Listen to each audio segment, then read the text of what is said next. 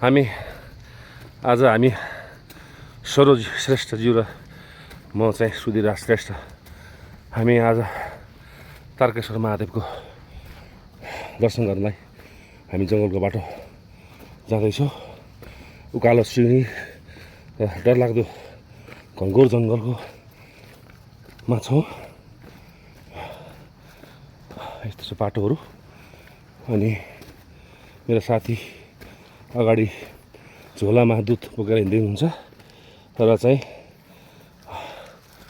अब फेरि नेक्स्ट सिँढी यस्तो सिँढी चढ्दैछौँ र मजा पनि आइरहेछ।